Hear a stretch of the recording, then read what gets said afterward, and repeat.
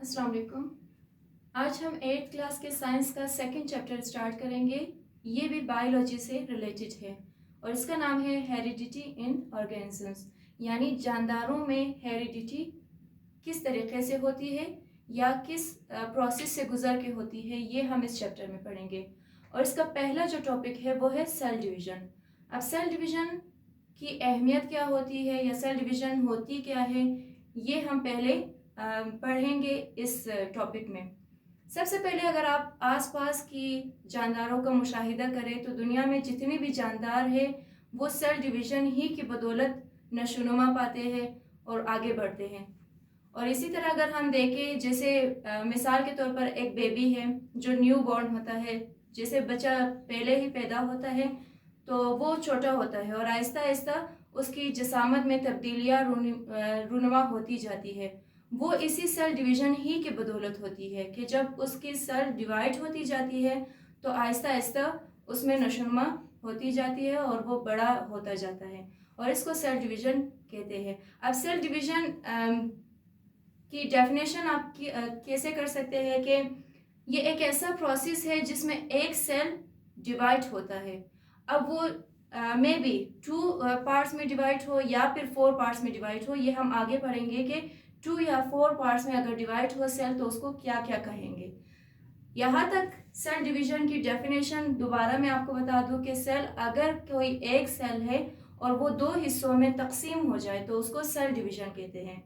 मिसाल के तौर पर अगर आपके पास एक सेल है और ये कन्वर्ट हो जाए, डिवाइड हो जाए 2 सेल्स में,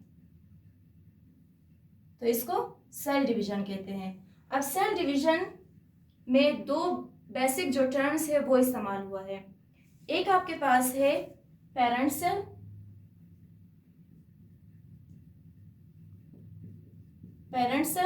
और सेकंड वन है आपके पास डॉटर सेल्स। अब जैसे इस डायग्राम में मैंने आपको बताया कि एक सेल 2 हिस्सों में डिवाइड हो चुका है, तो इसमें आपके पास जो ऑलरेडी प्री एग्जिस्टेड सेल था या प्री एग्जिस्टिंग सेल था वो आपके पास कहलाती है पेरेंट सेल। यानी वो सेल जो डिवाइड होता है उसको पेरेंट सेल कहते हैं और डिवाइड होने के बाद जो आपके पास सेल्स प्रोड्यूस होते हैं उसको आप डॉटर सेल्स कहते हैं। ये आपके पास है सेल डिवीजन में 2 टर्म्स जो आपको लाजमी आना चाहिए कि पेरेंट सेल क्या होती है और डॉटर सेल्स क्या होते हैं। अब हम पढ़ेंगे स्टेजेस ऑफ सेल डिवीजन के बारे में। वैसे तो सेल डिवीजन के बहुत से स्टेजेस हैं जो आप आगे वाली क्लासेस में इंशाल्लाह पढ़ेंगे, लेकिन इस क्लास में आप इसके बेसिक 3 स्टेजेस पढ़ेंगे। इसके स्टेजेस के नाम, सबसे पहले आपके पास आता है इंटरफेस, सेकेंड वन में है आपके पास कैरियोकाइनेसिस,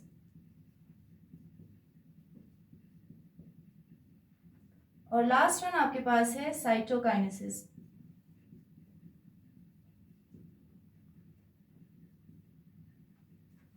जी, अब आपके पास अगर इंटरफेस सबसे पहला मरहला है तो इसमें क्या होता है कि जितने भी क्रोमोसोम एक सेल में मौजूद है उसकी तादाद डबल हो जाती है। यानी आप इसको रेप्लिकेशन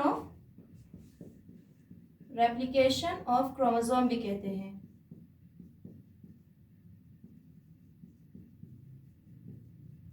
ये फर्स्ट स्टेज में होता है, यानी जितने भी सेल के अंदर क्रोमोसोम की तादाद है वो डबल हो जाती है। अब सेकंड जो स्टेज है जिसको कैरियोकाइनेसिस भी कहा जाता है, इसका दूसरा नाम है आपके पास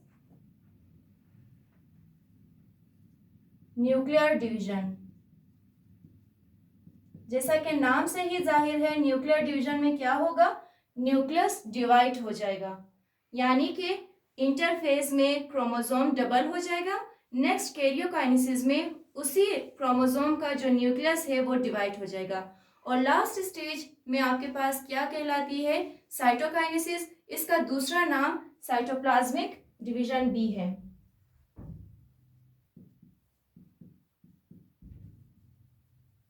साइटोप्लाज्मिक डिवीजन है, यानी कि इसमें क्या होगा कि साइटोप्लाज्म डिवाइड हो जाएगा।